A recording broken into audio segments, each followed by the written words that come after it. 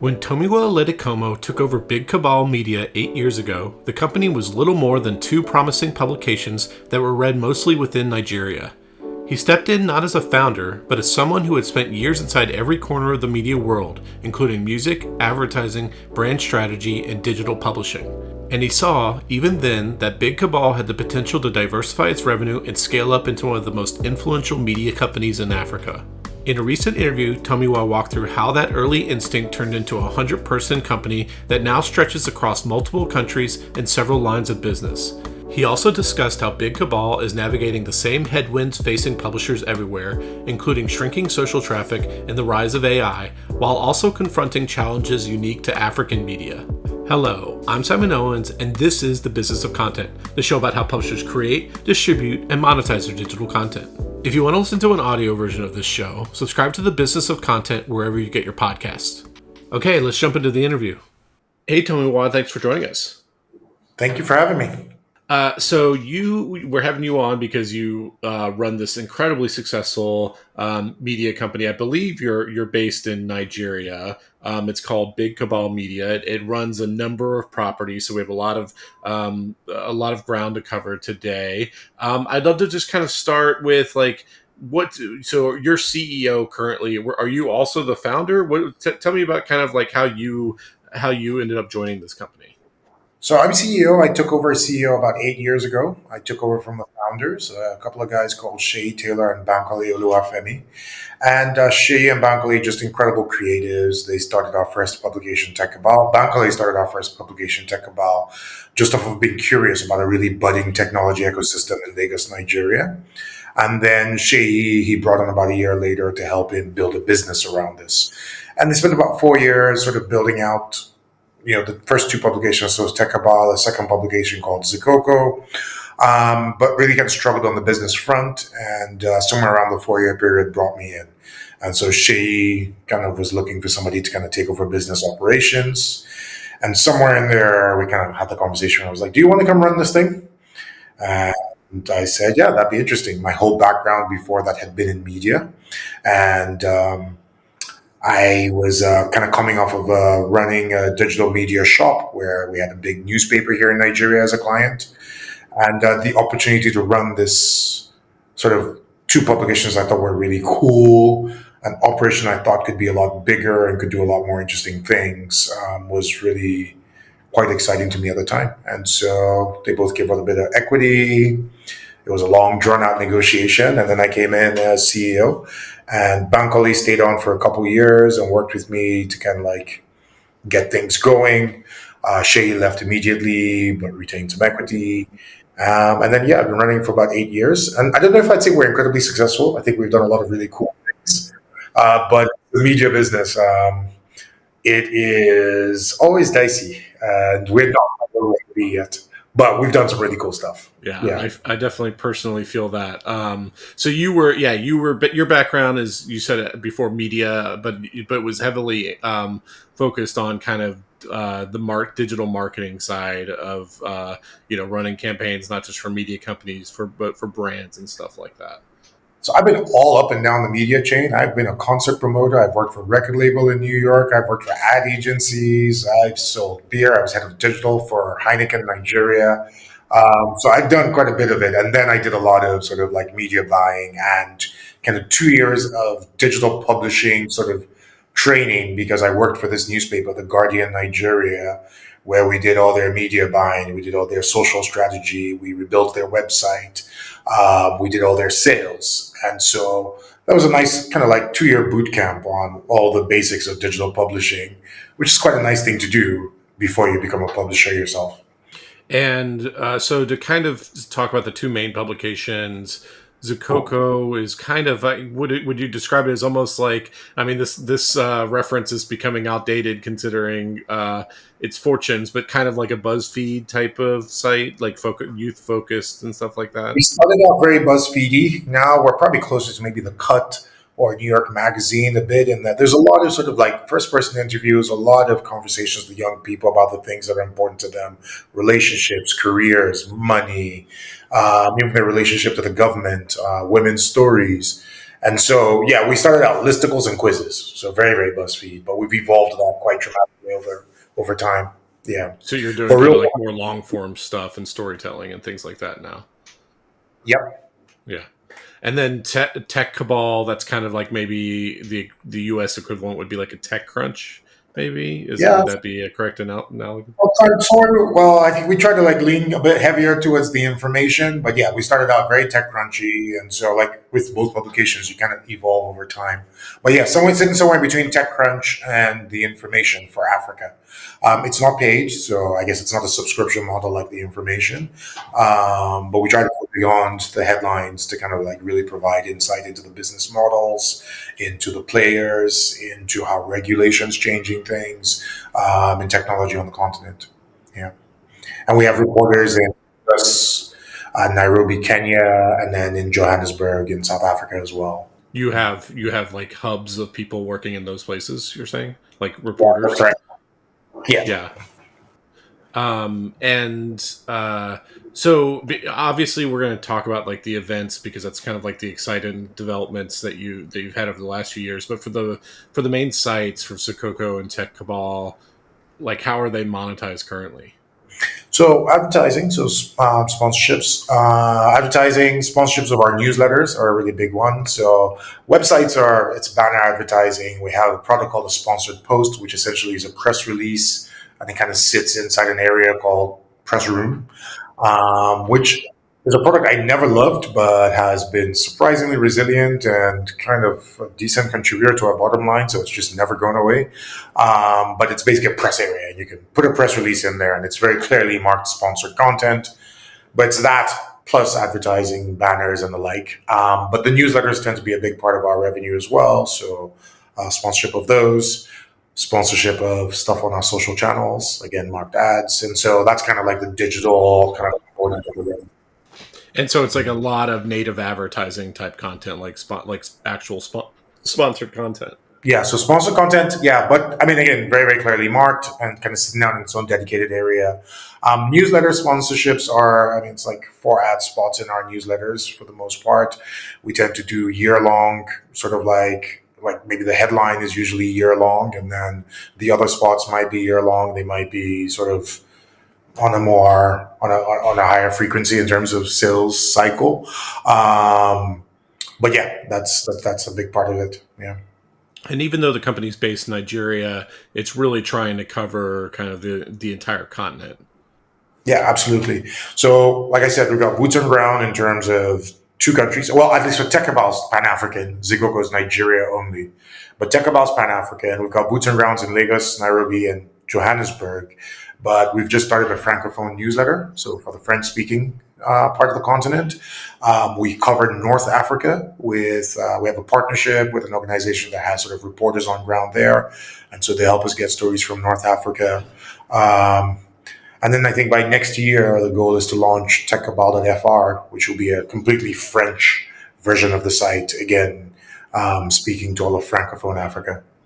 And then I think you sent an email to me that you now have like over 100 employees.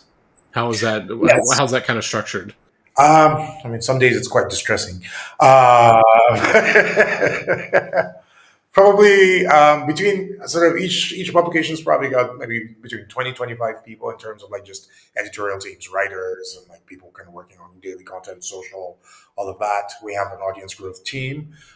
We've got Cabal Creative, which is our video production arm, supporting both publications and also some commercial work. We have a unit called Tech Cabal Insights, which is research and data. So it's a bit of a consulting unit, maybe 10, almost 15 people all in all there. And then the rest is support teams. And so support teams are, design, the tech team, finance, talent, etc. And yeah, it is, yeah, that's 110 people or so. Yeah. So Yeah. obviously, over in the U.S., we've been dealing with a complete upheaval in terms of where traffic is coming from, with not just the rise of generative AI search and chatbots, but then also a lot of the major social media platforms kind of reducing clicks to outside websites and stuff like that. So you're starting to see a lot of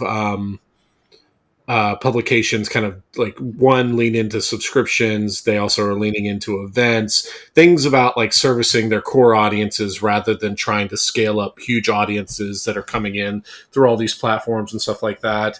As speaking not just about Big Cabal Media, but the entire media space in Nigeria and the larger, continent of Africa.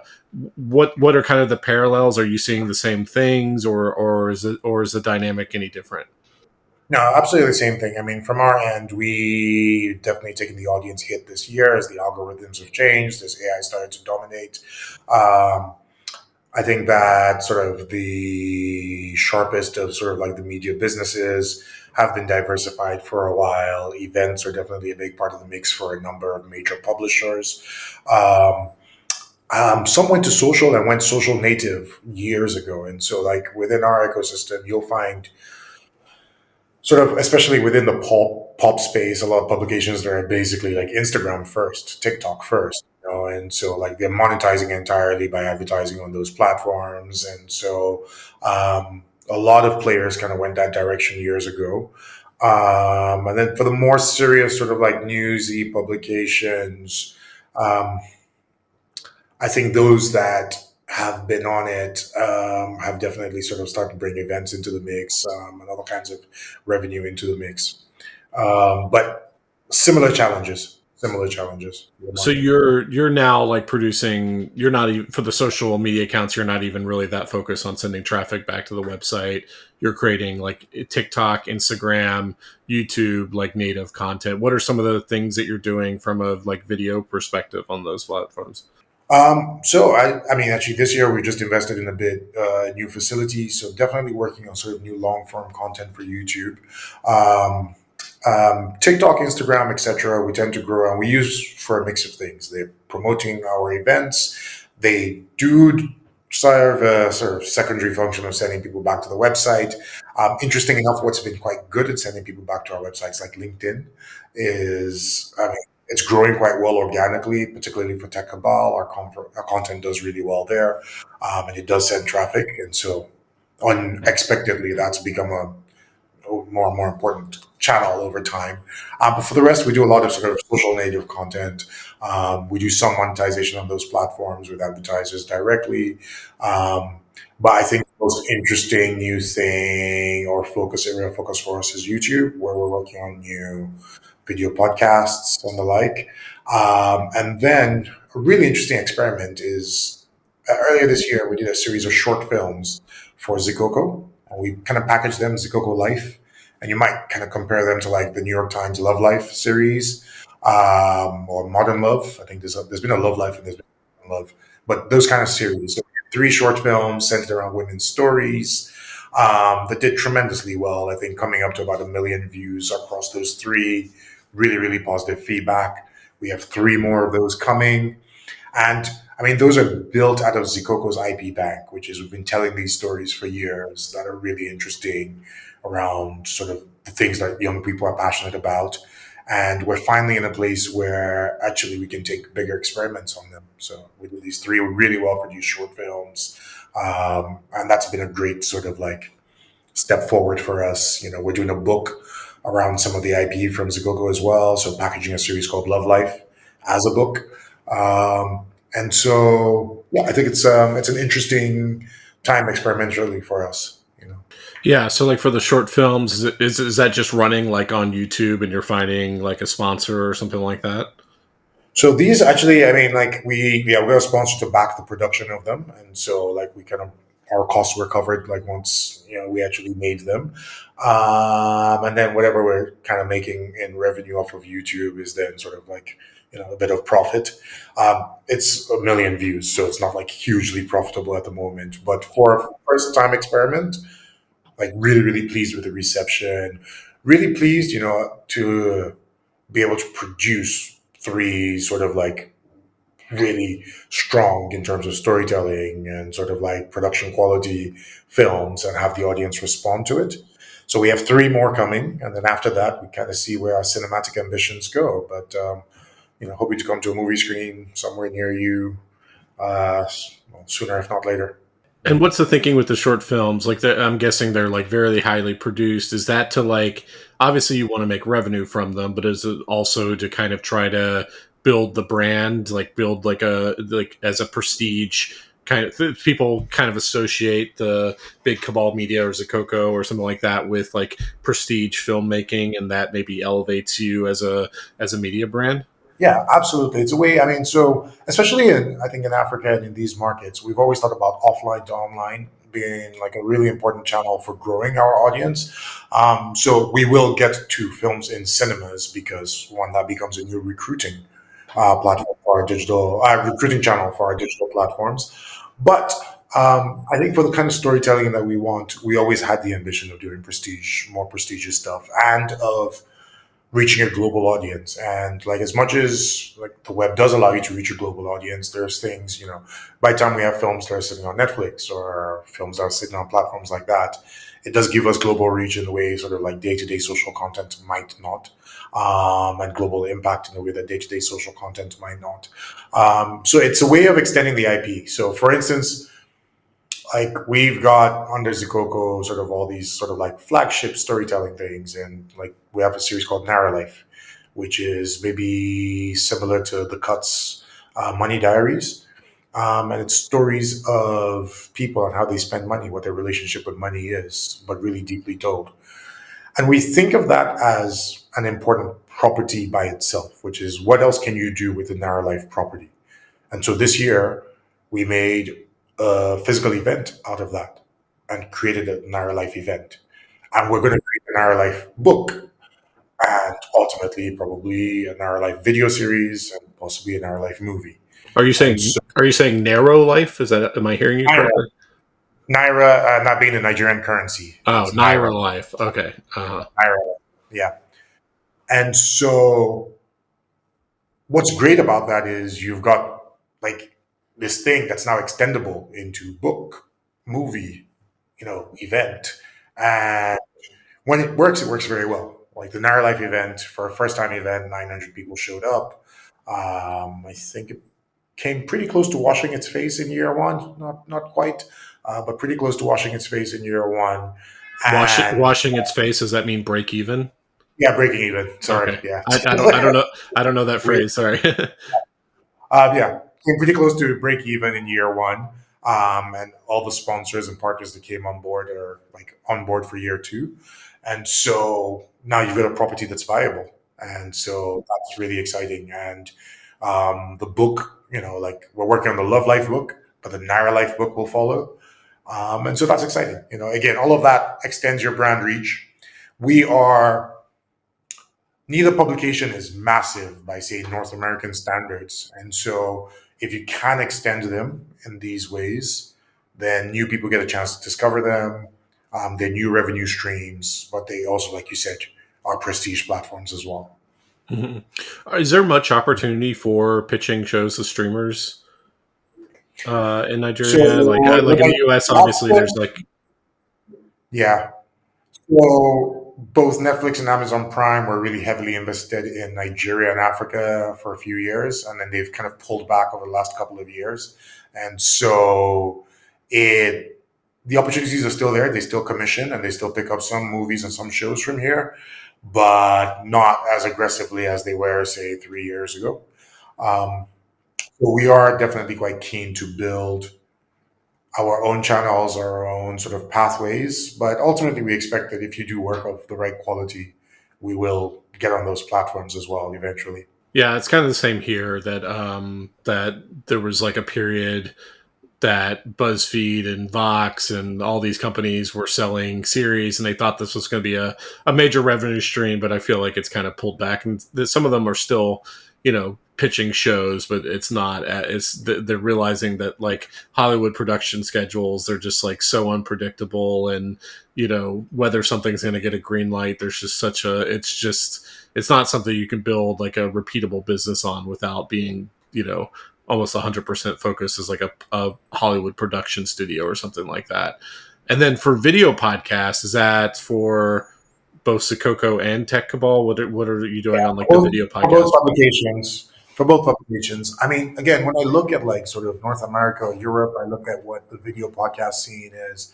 I look at, there's consumer tech focused stuff like MBKHD. There's sort of more detailed analysis of the tech industry. It feels like there's kind of, Kara Swisher, where it's commentary on what's happening in tech, etc. The entire Scott Galloway podcast universe. Uh, it feels like there's a number of white spaces where we do have sort of some very consumer tech focused sort of podcasts here, and people have been really focused on that space. But there's a lot more white spaces, a lot more places where there's opportunity, and so we're building our chops to kind of like do that stuff in a repeatable way and build interesting sort of formats from a video podcast perspective. But we think there's a lot of opportunity in that, and there's a lot of different things that we could do, both on the tech Cabal side and on the Zikoko side. And so, internally, it's just been concept notes and pilot shoots and like testing things out to find what it is that works lately. And are you trying to build like your own personal brands? Like, are you building your own Kara Swisher and Scott Galloway? Like, are you leaning into that? Tomiwa Aladekomo coming soon to every podcast platform available. Yeah, there's definitely a bit of that. I mean, the conversation around talent is a real one even here, where clearly there are people that have a real connection with the audience. Clearly there are people that build brands, and what we find is we tend to bring in people relatively young, and then after a while you figure out who it is that the audience has an affinity to, and then you've got to figure out how to keep them as they get more and more popular, and then you start getting to. So yeah, it's, I think, very very similar challenges to what media brands are facing in North America, where it's like, yeah, you got to think about the talent, and you got to think about maybe signing a talent contract rather than just an employee contract, because as people get more popular, that becomes a thing. Are you starting to do that, or is that something you're still in the thinking We're stages starting for? to do that. It's relatively early in our journey, but we are definitely like looking at it. Like we've had those conversations with one or two, like, whether employees or outside talents that we're trying to bring in. Yeah. And is it Yeah. then like talent spotting? Like you see someone coming up in the YouTube space or TikTok space and you're like, okay, they have a following. Let's maybe try to work out some kind of deal where they could do a video podcast for us or something like that. I think the people that we end up working with are people who are still relatively early, who start out with us and really start to find their feet and their sort of like personality and their capabilities with us. Because once people have started to build their brand on their own, I think they are incredibly protective of that journey, and they frequently just want to go it alone. So And you want to cultivate that talent from within. yeah, and we always have been a talent accelerator as a business. Like we always have been the kind of business that helps people discover and sort of gives them visibility. And so, like, that's one of our superpowers. And so, yeah, we're leaning into that. Yeah. And like, what is? I mean, I know that you don't really do subscriptions. What is the kind of state of subscriptions in It's tough. Nigeria? It's just people aren't used to paying. Well, in Nigeria, and I mean, like, yeah, I hate to generalize across the continent, but across the continent can be quite tough. A number of major newspapers have kind of gone subscription first and then taken those subscriptions off. In the last few weeks, two different sort of major blogs, one called Communique, one called Frontier FinTech, just took down their paywalls. Um, the consumer ability to pay in terms of just like the share of wallet that would be dedicated to subscriptions is not fantastic. Our payment systems don't have recurring billing as well figured out as it is in more developed markets. So there's a few different things that kind of like serve as barriers to, sort of like recurring billing and subscriptions being a really big model here. I think it tends to work best when it's enterprise faced or corporate faced. Um, and so, yeah, subscriptions have not been a big part of the revenue mix. I'd say for us, what we've attempted to cultivate and are doing pretty well with is we've got what I call Tech Cabal Insights, which is a research and data arm. And that's not a subscription model, so it's not just pay me every month, but it's us kind of leveraging sort of our knowledge within Tech Cabal, our knowledge of digital economy to then offer reports and data and insight and go consulting. And it's building a mini consulting business inside a media business which is not traditional. It's not a traditional media play at all. But I think in the media industry, we're going to have to get more and more creative um, if we're going to finance the work that really matters to us, which is the telling of stories. And so, yeah. Yeah, and like in the US, we have like Forrester Research and other things like that, and then also obviously a variety of polling firms, and then like Business Insider start are acquired like eMarketer, which does like research reports and stuff like that. So there are a few analogous things here. So let's Yeah. talk about the events that you do. So Yep. you now have several verticals that you have. I guess they're like conferences around. So Yeah. what was kind of the first big conference that you started doing? So we've done, I mean, they're not all conferences. I think that, so on the Techabal side, Techabal has done conferences for a long time. And we used to do these town halls that were very sector specific, a health tech conference, an education tech conference, mobility or renewable energy. And those were cool, but relatively small in scale. There'd be a couple hundred people, one sponsor, and kind of like fairly minimal ticket sales. Um, and then we launched a conference called the Future of Commerce. And that grew a little bit bigger, 400 people in person. It kind of started around COVID. And so we used to do a hybrid version of it where people would be able to watch it online and then we'd have some people in person. And then about 3 years ago, we kind of merged all of that into a conference called Moonshot. And so Moonshot's basically our big annual tech flagship tech conference on the Tech Cabal. Um, there's a few big tech conferences on the continent that were quite significant that we were kind of paying attention to. Something in East Africa called Africa Tech Summit, Africa Tech Festival in Cape Town, and then GITEX Africa in Morocco. And so in West Africa, which is where Nigeria sits, there wasn't really like a big international tech conference that everyone kind of would use as a reference point. And so Moonshot kind of aims to build that. And we're going to have the third edition of Moonshot in 2 weeks, October 15th and 16th. Last year, for the second edition, we had about 4,000 people attending. Um, over 15 countries represented in terms of attendees, 145 speakers.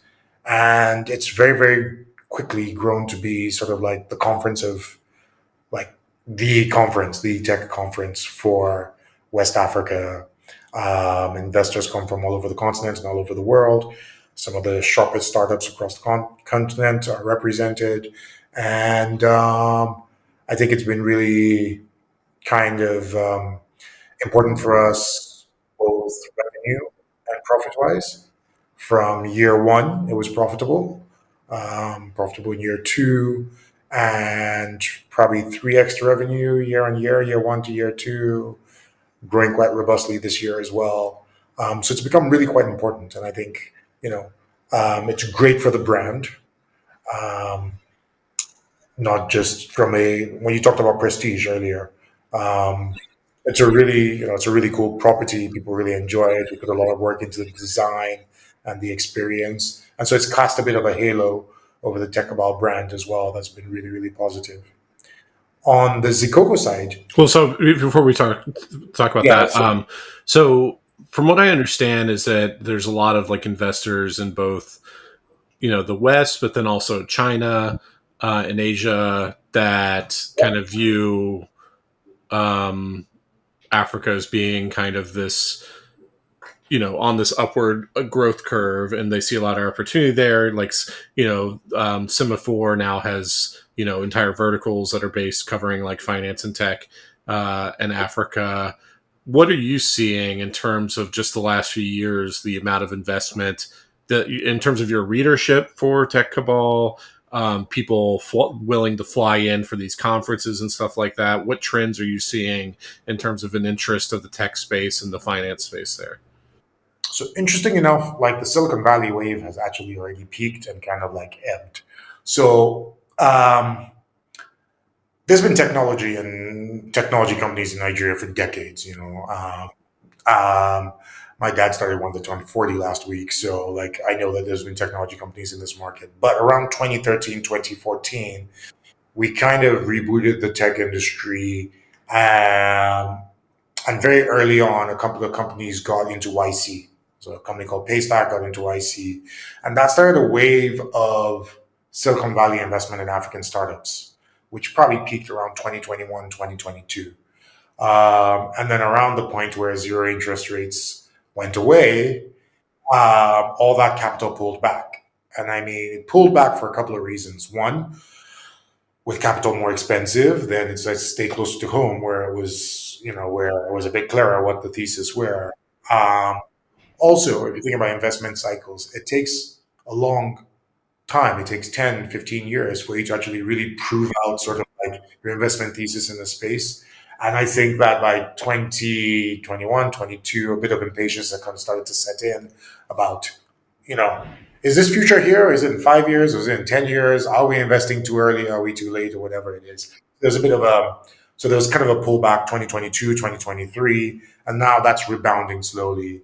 There's a lot more local capital kind of funding that scene right now. But there remains a lot of interest globally. So we have a lot of, like for Moonshot, we've got Asian investors flying in. I've got investors coming in from Japan, from China. We have European investors flying in.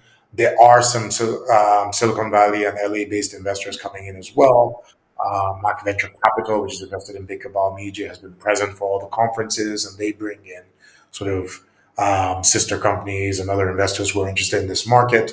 And so there definitely is a strong interest in the continent as sort of the next frontier, the next sort of like big wave of consumers.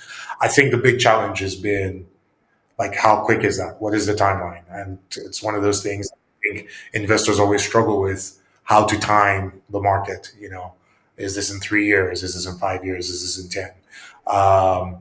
And so, yeah, I think that there's a lot of interest. And for us, like I said, last year, probably 15 countries represented in terms of people coming in. And this year, we're getting a lot more signal from across Europe, from across Asia, and interest, and a lot more people coming from investors coming from those markets. So it's definitely a growth opportunity, but you're not. It's not like a hockey stick. You're thinking you're on the verge of just exploding because of it or whatever. I mean, I wish I could say that, but I will say that the macroeconomics of the continent can be quite complex. So a couple of years ago, I did one of the things that there were a bunch of devaluations in a range of markets across the continent, and that kind of depressed returns a bit. A lot of those currencies have stabilized now, so we might be on the verge of the hockey stick. But again, if I knew that exactly, I would be a very rich man in about 12 months, which makes me will be. Okay, so there's that conference, and then you said with Sikoko you were doing. What are you doing with So them? Zikoko is really interesting. The first thing that blew up for Zikoko events wise is an all women's festival called Hertitude, as in her. Uh, Yeah, yeah. A bit cheesy, but the audience likes it. And the first time we did Hertitude, it was going to be a small gathering, 150 women. We've got this vertical called Her, where we tell women's stories. And then we sold 700 tickets the first day the tickets went live for sale. And that kind of, you know, change things. And so, like that first year, we got to 1,000 women coming together. It's kind of a music, there's food. It's an all women's event. All the staff are women, the security, the camera people, all of that. And so, a very, very safe environment, very, very kind of cool feel.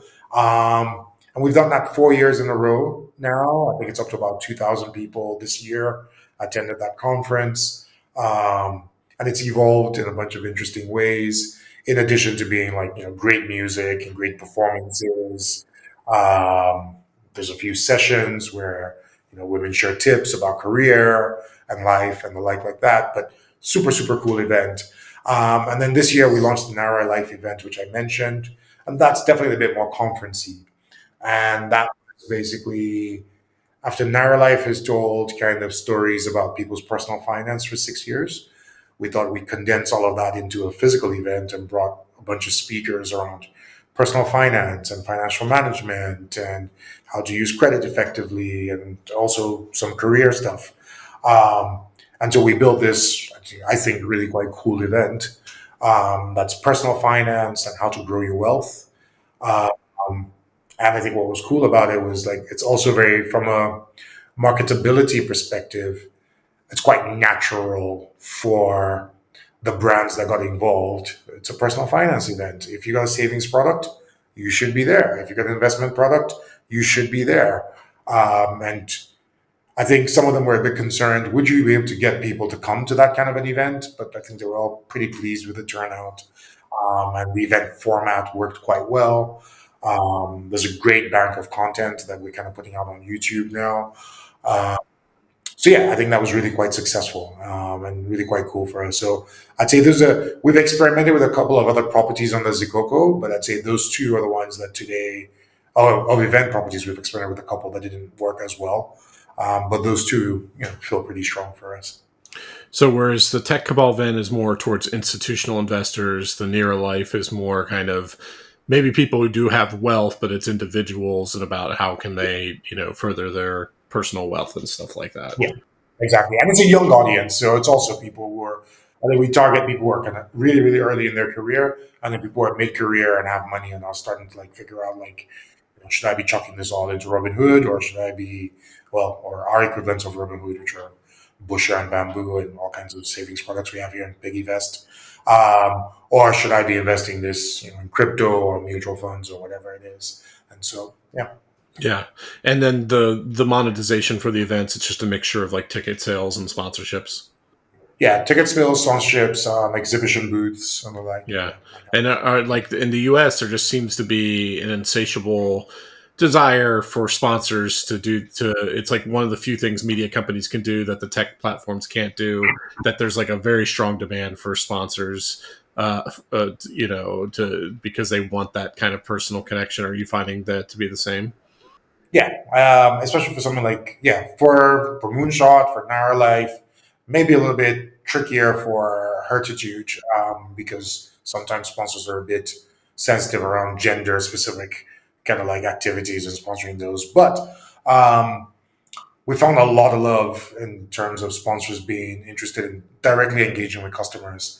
And I think what's really interesting for me in that regard is if you remember at the height of COVID, we thought nobody was ever going to like go to a physical conference again. And we actually had a bit of hesitancy to kind of like kick back up our physical events business. And then it's like, it's incredible. People really do like to be in person with other people. And so sponsors are happy to be there. We find audiences are happy to be there. And if you can create a cool experience, they're quite meaningful properties. Yeah. Yeah, and then you mentioned like creating content. So like, what's your kind of 360 strategy of like making sure the conferences are giving you a steady stream of content for the websites and stuff like that? Like, are you setting up professional cameras and microphones for YouTube and Absolutely. So yeah, yeah, so like there's a whole Moonshot podcast series, and you're like recording podcasts at the conference, and then for Narrow Life, like the content's been really fantastic. Here's a personal finance masterclass given by the founder of one of the top savings companies on the continent, and people are like really, really eating that up on our YouTube. So you do the event, it creates great content, gives you more subscribers, and those subscribers are going to come to all your future events because now they're bought into your universe. And so yeah, that's working out nicely. yeah. So that's not something that you're making just available to ticket holders. You see that as an opportunity to create like a lot of free content for your all your channels and stuff like that. Yeah, I mean you do have to be a bit careful. It's been interesting with the Narrow Life conference because I mean these are paid conferences. There's some content that you kind of feel like, well, if I paid for that, do I want it to be out for free for other people? And I think with the Narrow Life conference, we just thought about it. It's the first year, like definitely we still want people buying into that and understanding what that conference is for next year. So we put out a decent amount of that content. We might be a bit more circumspect in the future. But then for Moonshot, similarly, we'll decide what sessions are really important for everybody else to be able to see. Um, but also, I mean, a big part of conferences is networking, is meeting people in person. For Moonshot, there are deal rooms and opportunities to pitch investors in person. And so, even if you put out some of the content as for free on YouTube, um, there's a lot of value to actually attending in person that you know people who get the content don't get.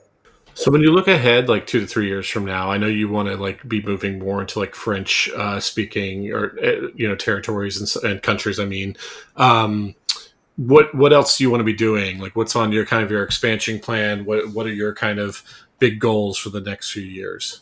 Definitely deepening monetization in all the regions that we're in. So, for instance, we've had reporters in Nairobi for a couple of years. We just hired our first full time salesperson in that market about a month or two ago, and so we're deepening monetization in there.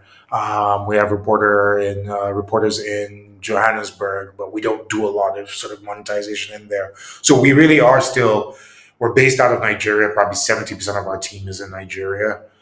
The others in other markets, and then well, there's also sort of a remote workforce kind of hanging out in all parts of the world. Um, and I think that what's important is that in each of the markets that we do play in on the continent, we deepen our commercial presence. The francophone expansion is important because those are a big part of Africa's markets that we're not currently dealing with. Um, I think that we'll push further into film, especially on the Zikoko end. We're excited about what that looks like. Can we get to feature films, even documentaries? We do some of that stuff as commercial work within our video production unit. But it'll be interesting to see what it is that comes with that. And then we're going to continue thinking about what the event strategy is. Like Moonshot's growing really nicely. It's a fantastic event. Do we need a Moonshot in East Africa? Do we need another one in North Africa? Actually, do we come and do a Moonshot in North America and connect sort of a diaspora audience Yeah, I was just going with to ask, like, what's the diaspora play here?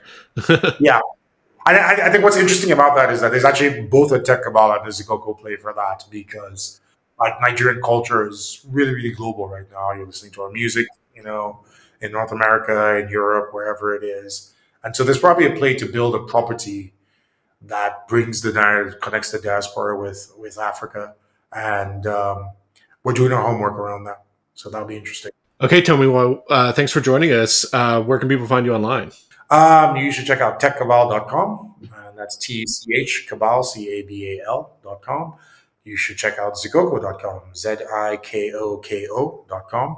And I mean, those are all on social and on with those handles. Actually, it's Zikoko Mag on most social platforms. So ZIKOKOMAG. Yeah, you should check those out. And my name's Tomiwa Aladekomo, and I'm on LinkedIn and everything else. Yeah. All right. Well, this is a lot of fun. Thanks for joining me. Thank you for having me. This was great.